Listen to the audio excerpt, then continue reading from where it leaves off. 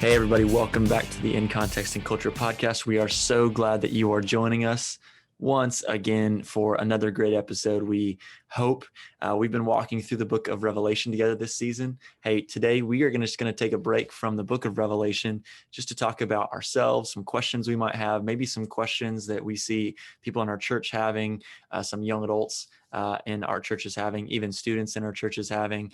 We thought it might be a good time for you to get to know a little bit more about us, take a break from the book of Revelation, and then maybe just hear some of our thoughts on current cultural issues. So, Cory, I know you don't have a clue what I'm about to ask you, but as we get started with this brief and unique episode, why don't you just tell people, obviously they know your name. Obviously, you've mentioned before you serve as a pastor at West Baptist in Batesville, Arkansas, but just tell me a little bit more about your story, maybe 5 minutes about, okay, why are you a pastor now? Or how did you become a pastor in Batesville, Arkansas? Yeah, that's a pretty in-depth story. I hope I can do it in 5 minutes. But honestly, I grew up in the church I went to the church that you grew up in, First Baptist West Plains. And Sherry and I got married and we started attending there. We didn't even visit another church in town. Like we found that when we went to it. We were there about 10 years. And over the course of that time, uh, I knew God had something else for me. Like I was managing the Subway sandwich shop, and so like I didn't feel like that was God's plan for my entire life. Even though we thought we were going to buy that thing and be, tycoons in the And you sub guys were business. killing it. There's Yeah, quite a few well, people from our church that were involved in yeah, that. yeah, we had a lot of employees, and but like that was part of God's timing and plan there, as well as I employed a lot of people from the church, and You were discipling even them. even Clark Parrott, you remember him? Like Yeah. he was my one of my co-managers there, You were meeting and that with really them be regularly. You were discipling them. well, we no, well, I wish I could say that. Like we weren't that in depth, but like Sure. we were But kind of doing informal, I guess, discipleship. We were trying to yeah, lead them, and Clark and I kind of made that our ministry there. And so it was a good time. And I learned a lot about boldness in Christ from Clark, because I can remember him people would walk in the sandwich shop. And, uh, and Clark and I, at that time, we both had our hair cut real short. And people would be like, "Are you two brothers?" And Clark would just be like, "We're brothers in Christ." And like the people on the other side of the counter like had no idea how to respond to that. right, right. But for me it was awesome, just because like I was not one that was just going to be outwardly a vocal like that. And if you know Clark, he's not shy. And so that was it. Holds nothing back. He no, he was really good for me. But anyway, God used that time working there and working with students, because we employed a ton of teenagers, and also began working with students at the church, and that used that to kind of call me to ministry and do youth ministry. I really thought I was going to do youth ministry my whole life. Like I figured I'd be one of these guys that were, um, you know, in my 60s, still trying to dress cool or whatever. I don't know, but I thought I would do youth ministry, and I loved doing youth ministry. And there are a lot of things I still miss about it, just because students are so formative in that time.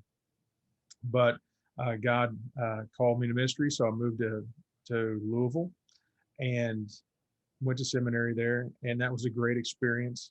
Man, I would recommend that to anybody, to go to Southern Seminary, because it was such a great time. And that's actually where you're going now, right? Mm-hmm. Yeah. And Yep. so, except for online.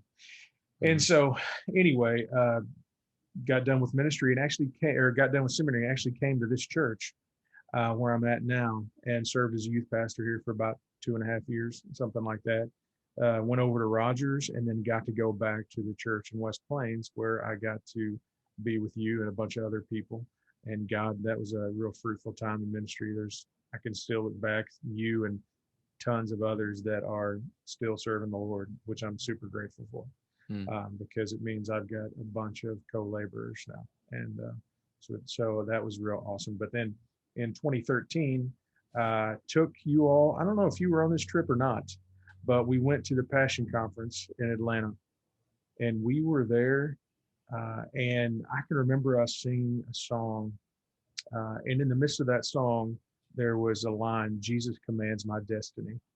And I don't know how to explain it, dude. Like it's just the Lord said, you need to be doing this. Like, you need to be a senior pastor. So went back and shared that with some friends of ours, and they began praying. And then it wasn't too long after that, I got a call from a guy here that said, "Hey, we're looking for a pastor. You should put your resume." And Mm. so I did. And I think that we went to that passion conference in January, and the next October I was here. And so God Wow. really orchestrated some pretty cool things there. And I've been here I'm going on 8 years now, and have just seen the Lord bless in a lot of ways. And so it's been an exciting time. I wouldn't say it was without tumult and difficulty at times, but the Lord's been faithful through it all. So I'm grateful for that. Mm. So So if I just overview just a little bit about you said, so you were serving in the food industry, manager, saw opportunities to minister to those you employed, saw opportunities to minister to your employees, others even who came in the store, potentially you had an impact on. You were serving in your local church, saw a gifting you had for student ministry. The Lord led you there for or after that into student ministry, and then for a time of faithful service, the Lord later led you out of student ministry into pastoral ministry. yeah, So yeah, I think there's a few really good lessons in seeing, okay, hey, where the Lord has me, I want to be faithful in. And I think if I had to characterize, um, you know, what I've seen in your character, it has been, hey, this is a guy who um, is faithful on a daily basis. He's consistent and he's compassionate and he's faithful. And so I am not by my own personality very consistent. I like to kind of chase different things, and so to have your example before me has been a huge blessing. So um, yeah, yeah. so what some people would call consistent, others might be, gosh, that guy's so boring.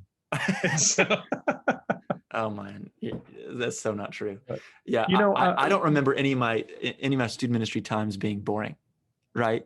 I mean, we did I have mean, some fun for I don't sure. remember too many sermons, but but Yeah, I well, but what I do remember is you poured into our lives. You have I don't know what part of the Bible it is, but it talks about it's the New Testament. I think it's said of Paul that he didn't share only the gospel, but his own life, right? Um, and so, that was actually my theme verse whenever I was doing student ministry. really, Actually, yeah. yeah, it really was. Well, you lived it out, man, and in ways that probably got you in trouble. I mean, uh, I'm sure that's true. I remember. I'm just telling a few stories here, and then I know you were about to say something, but one year we went to Super Summer, Arkansas. You uh, we had to pick a theme for uh, our orange school because we were like the orange school, and you picked like Orange County Choppers. And so you took me to someone's house. I don't remember whose house it was, in the back of a trailer.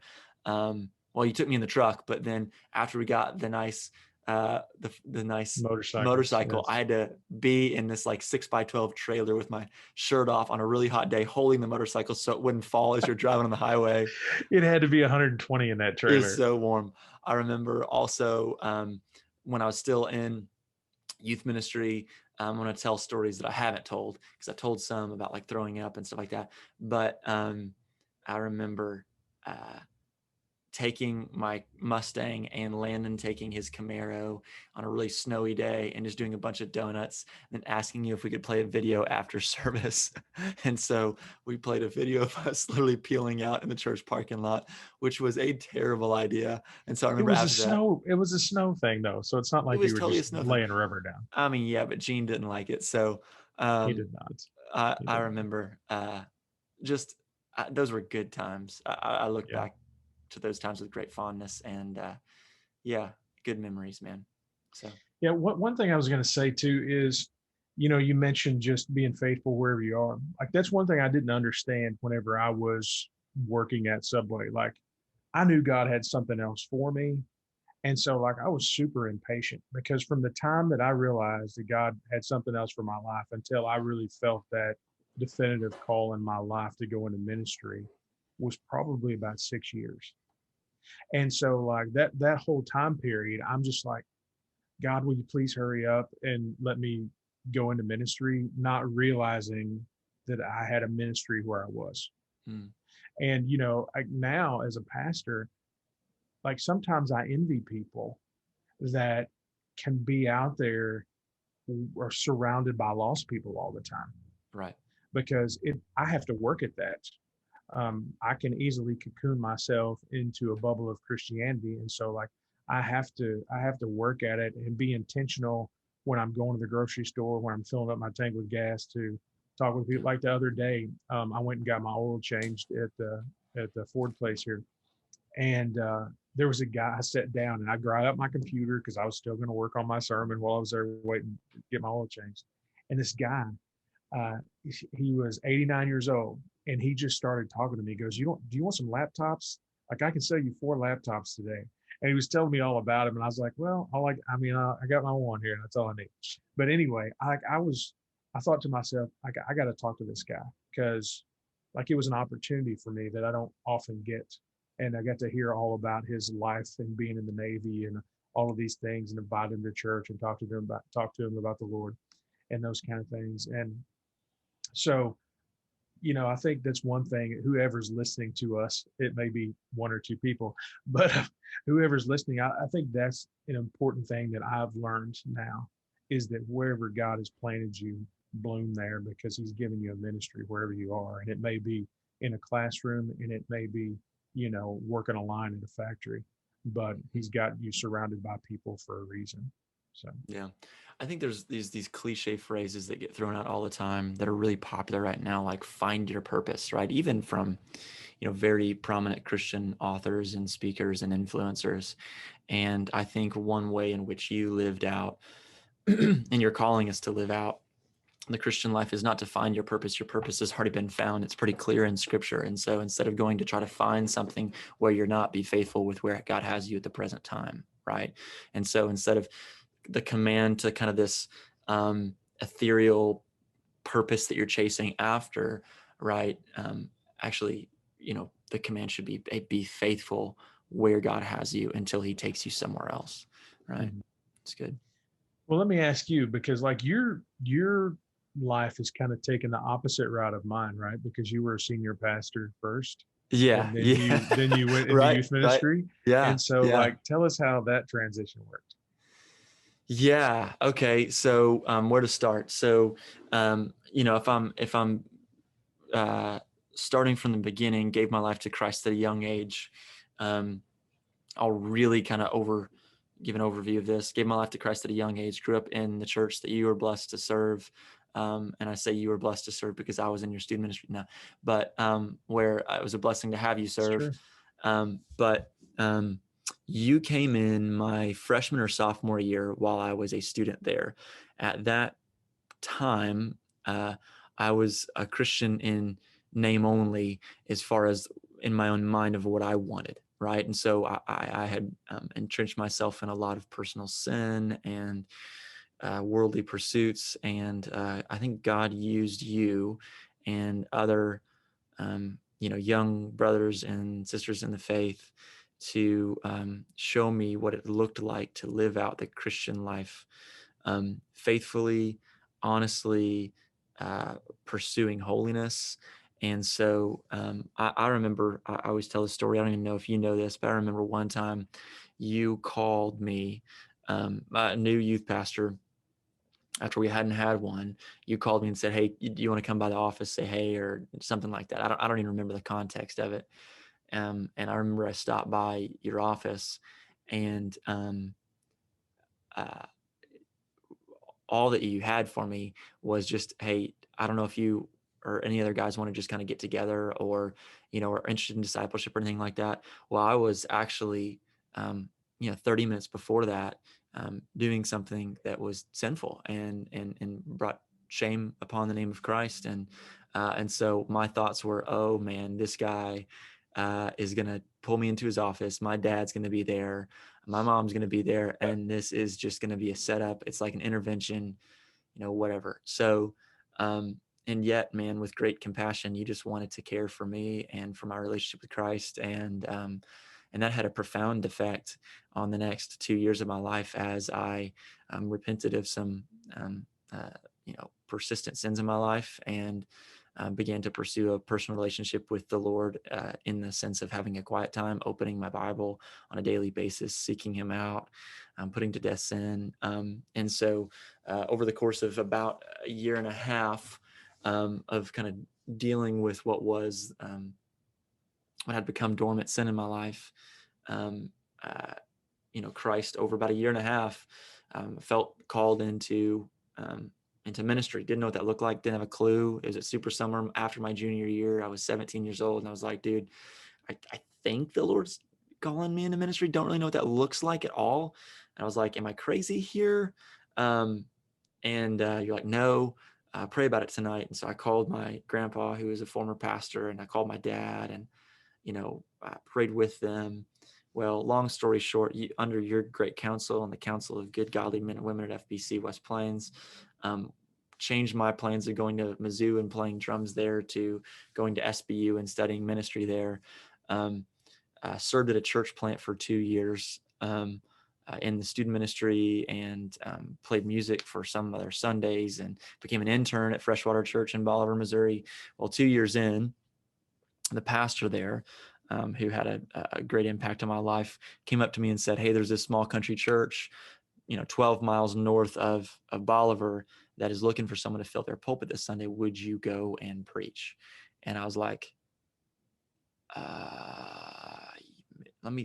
sure. Yeah, I'll do that. Right. And that's basically my response. And at that time, I maybe had preached like one sermon, not on a Sunday, not on even a Wednesday. I maybe had preached maybe in student ministry once my senior year, but I was terrified. So I was like, why would the Lord not want me to? So I went and preached that Sunday. Long story short, they called me back the next Sunday and said, hey, will you come preach again? We still don't have anybody. A small country church, 40 people maybe in attendance at a very full weekend. And not too long after that, filling in on Sundays, they asked if I'd be the interim pastor, Rondo Baptist Church. And so I prayed about it, told them I pray about it, and served. I was, my sophomore year, I was 19, served until I finished my sophomore year. And then I already had a plan to come and intern with you at FBC West Plains that summer. Right? That's right. Right. So I went and I came and I interned with you in student ministry after I had been an interim for, I think, 3 months at that time. And they asked me right before I left for the summer, hey, would you consider being our pastor, or at least putting your application in?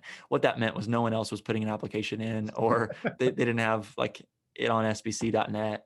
And so I gave them my resume, even though they knew everything about me. And midway through the summer, they had a business meeting and voted me to come as their pastor. And so I remember walking outside. It was actually on a Wednesday night where they called me and they were like, we want you to come serve as our pastor. And so I prayed again, prayed once more about it. And I think I talked with you about it and went back, a 20-year-old, becoming the lead pastor, quote unquote, the only pastor of a small country church for about 2.5 years. And I have very, very great memories of that time. I still get calls from Tom Bewley and Bob Pitts and Ed and Jan Henry, and served there. Learned what it meant to not only study the scriptures in undergraduate school as a Bible study major, but learned what it looked like to love people who were just great, faithful saints. I mean, our median age was probably 75. And to think that they would actually listen to me as I preach the word is all of God's grace. Long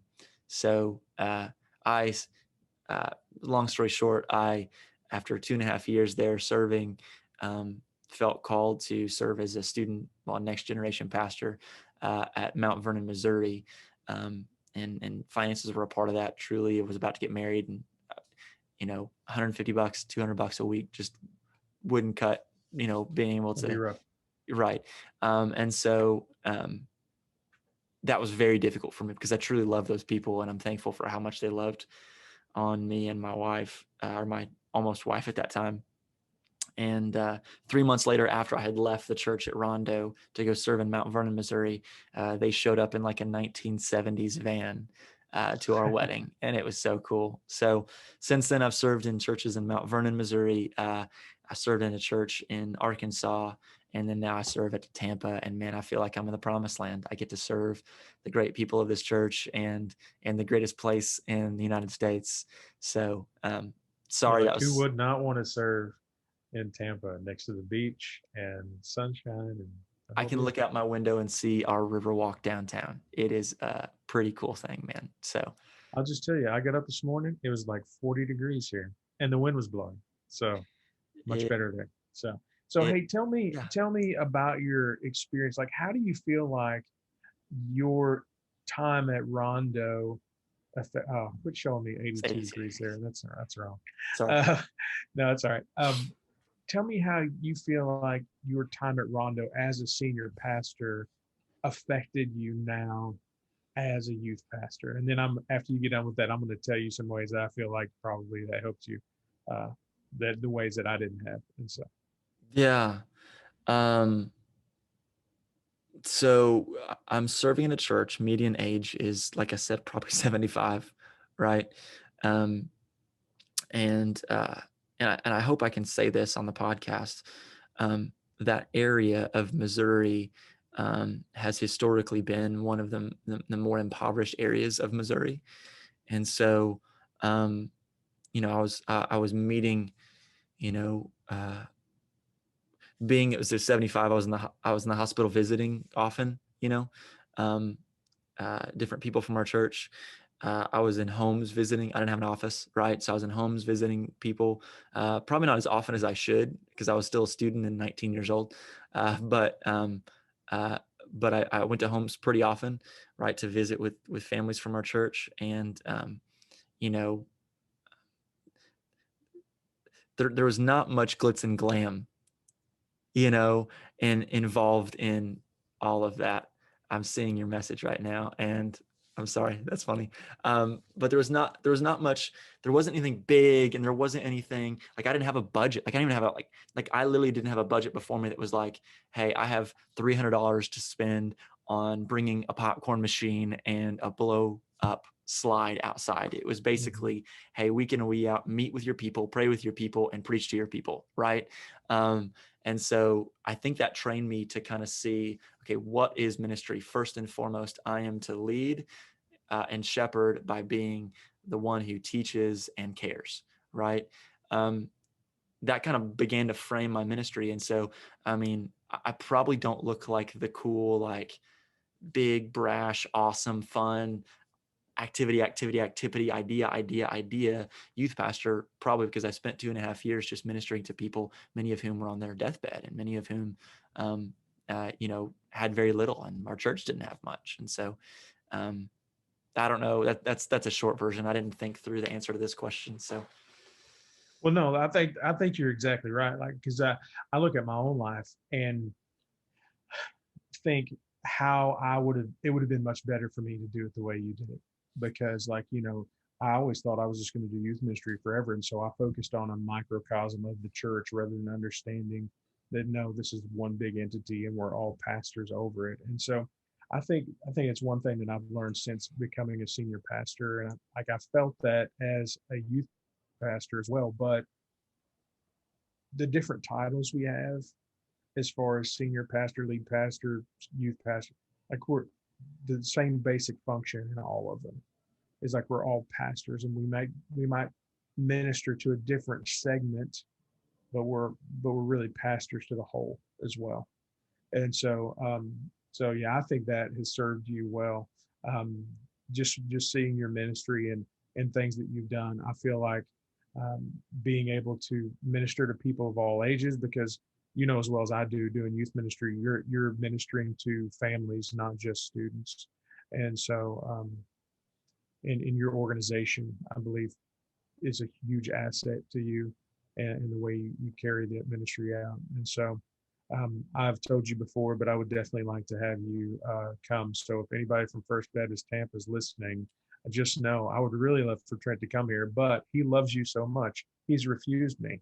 And so, no, that's not true. I'm not trying to steal him, but I hope that the Lord allows us to serve in the same place one day. Be So, great. That'd be great. Yeah.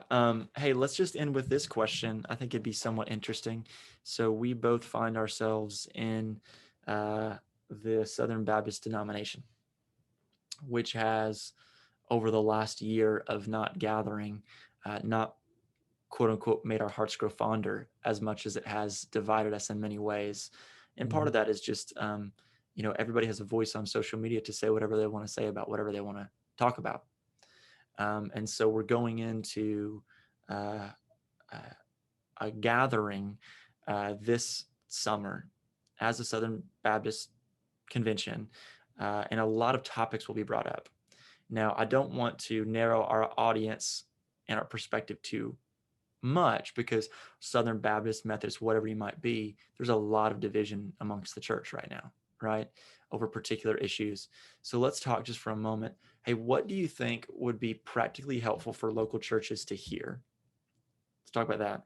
And then what do you think is the a big pressing issue that we need to address or or persist in as the local church? So particular things that might aid local congregations, like, hey, you guys need to be doing this. This would be very helpful, right? Um, and it can be anything. And then, okay, what issue do you think is a really pressing issue we need to push against, press forward in, whatever it might be? Well, I think I'm going to answer both of those questions in one Okay. because I think they both have the same answer. Um, one of the things I think is important for the local church to be doing is focusing on community, and what I mean by that is interpersonal relationships within the church, and even developing interpersonal relationships with people outside the church, lost people. And so, like several years ago, I went to a conference, and there was some people there that they were talking about a book that had recently come out called The Art of Neighboring, because people have forgotten how to be a neighbor. They've forgotten how to just extend that courtesy and love toward people that live around them. And so, like, I think that's one thing that would be important for the church to realize, is that we have a responsibility and stewardship for the people that we're around. And so, like, I believe God has planted me in Batesville, Arkansas, and you in Tampa, Florida, for a specific purpose, for a specific people. And so, while I'm pastoring this church and my primary responsibility is to the flock here, I think that I also have a secondary responsibility to the people of this community to reach them with the gospel of Jesus.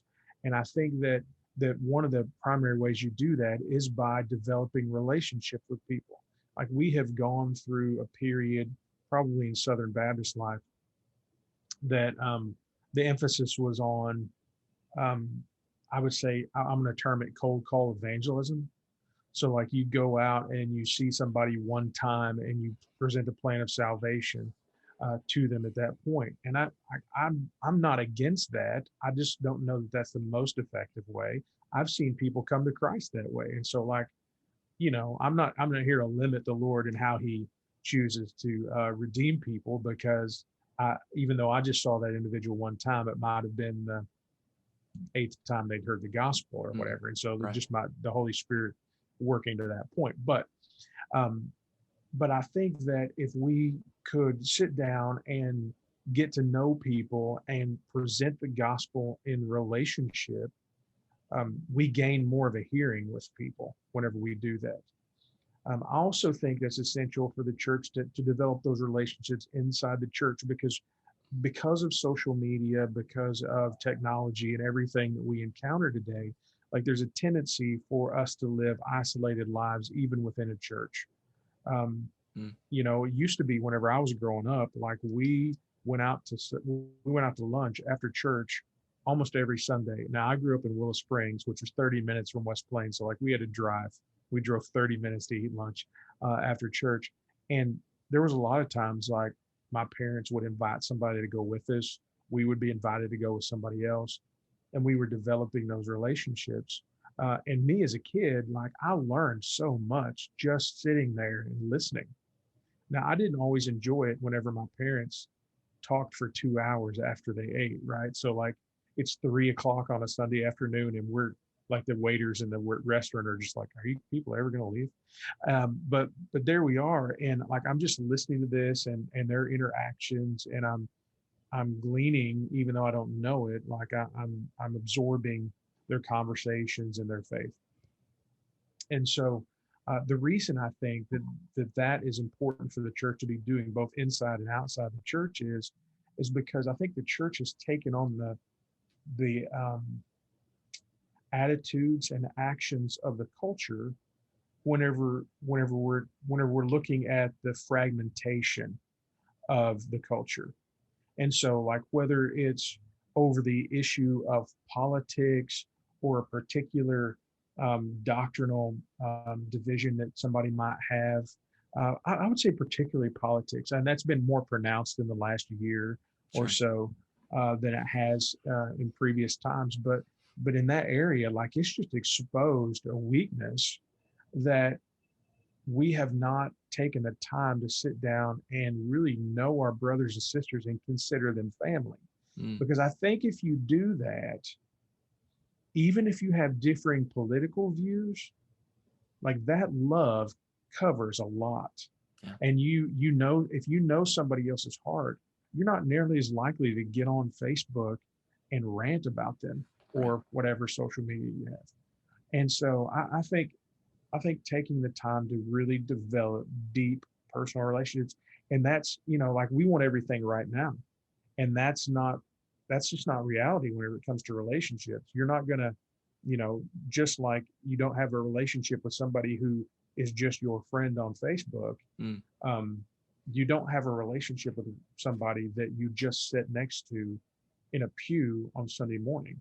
right. Like, there has to be more than that. And so I think if that happens through small groups, but even through just, hey, what are you doing Thursday night? Won't you come over for supper?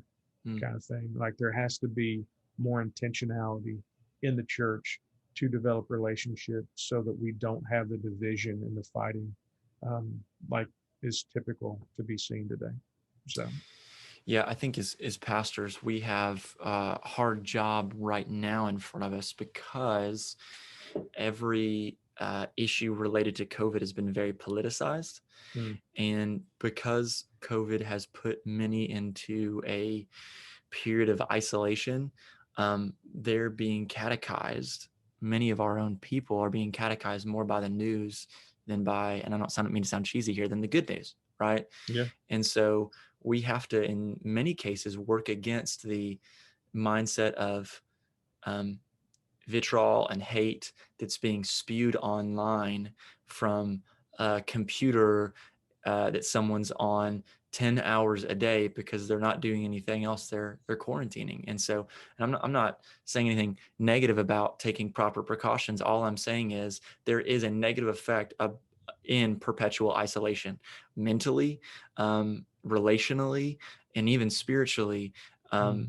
Disconnecting from the local church, disconnecting from friendly relationships, and disconnecting from even what looks like friendship, gentleness, respectfulness, right?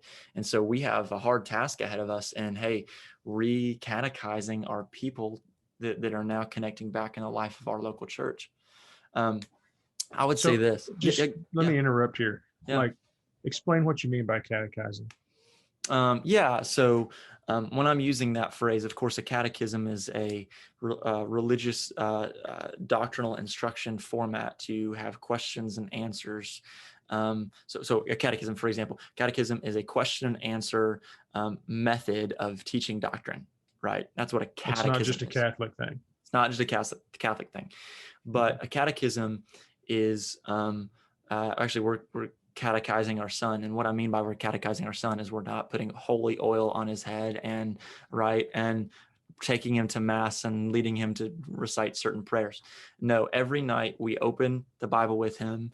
We have a method of opening a Bible with him and using a question and answer format for, hey, Judah, what is our only hope in life and death? And Judah, our 3-year-old, will say, not our own, belong to God. And what he means by that is that we are not our own, but we belong to God, right? He's memorized these certain phrases.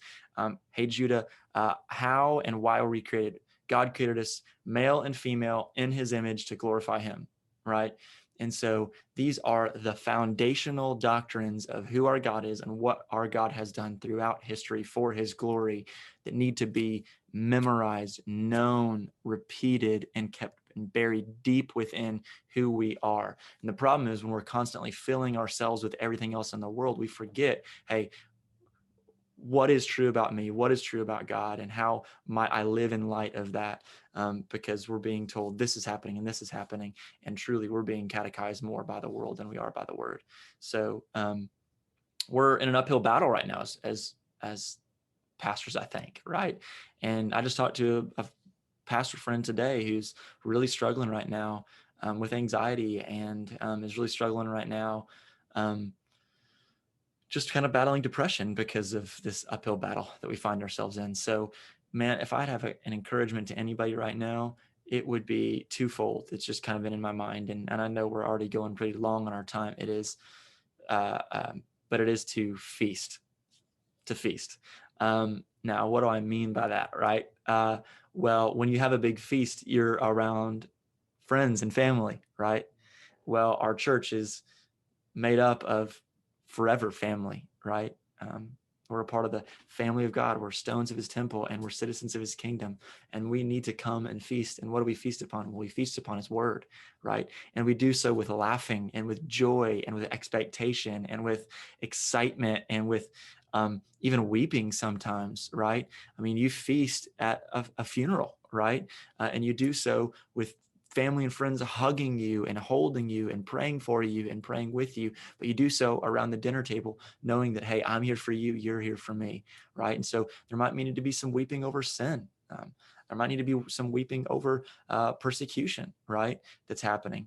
There might need to be weeping over people who haven't trusted in the Lord, but there needs to be joy around the table, and we need to come to the table because we've not been at the table in a long time, and man, we need the table more than any time before, to remind ourselves that, hey, there's a greater table coming, right?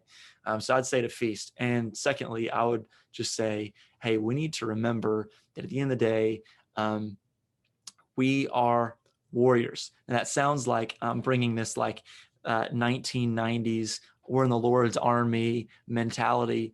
But there's some of that I think we need to bring back. Here's what I mean. I was reading 2 Corinthians chapter 10, and it basically says that we have weapons of warfare, and these weapons of warfare are basically bringing the knowledge of God to the folly of the world, right? Bringing truth to bear to the world. And so I was with our young adults last night, and I was hearing them sing. We had the most young adults we've had in a gathering on a Wednesday night in a while. And I just stopped for a minute and just like listened to them sing. And I just went up to them afterwards, and I said, right now, or I said to them right after that, I said, singing is warfare. It's warfare, right? Because you are holding out the truths of God to a world that opposes it, and with gentleness and respect, bringing truth to bear against the world, right? You're engaging in warfare. And my goodness, God has decided that he wants to enlist you in his army, right?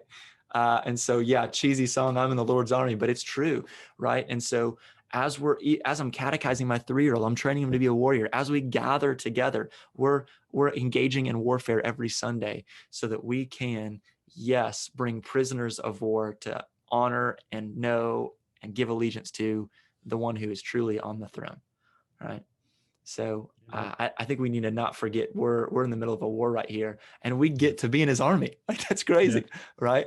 And we can feast right during war because we know who's going to win. He makes a presence, right? He makes a table for us in the presence of our enemies. Like that's crazy. So, all right, I'm sorry, I went off on a tangent there, but that's good, man. That's good. Well, any last words before we sign off? Any resources you just want to shout out? No, I shared the one I've been reading this book on corporate worship this week that I shared last time, and it's really good. So I'd encourage anybody to get that. It's from 9 Marks, Building Healthy Churches series. But I would definitely encourage you. If nothing else, just find a book and read. My goodness, Mike, you cannot read enough. I don't think. So yeah, if you want, I'm going to recommend a book. If you want just grace to you, read Gentle and Lowly. Like if you haven't read Gentle and Lowly by Dan Ortland, read Gentle and Lowly. I mean, very, very good. So many people have been shouting at that book for a good reason the past couple weeks. And so read Gentle and Lowly. Yeah. Why don't you sign us off, man? All right. Well, we are glad that you joined us this time, and we know we weren't in Revelation this time, but we will jump back into that hopefully next time. But hopefully this was a way for you to get to know us a little bit better. And we would ask that you would go ahead and send us a comment. Let us know what you've enjoyed about the podcast, what you haven't enjoyed about the podcast. But give us a review if you don't mind, so other people can find this as well. And we will look forward to seeing you next time.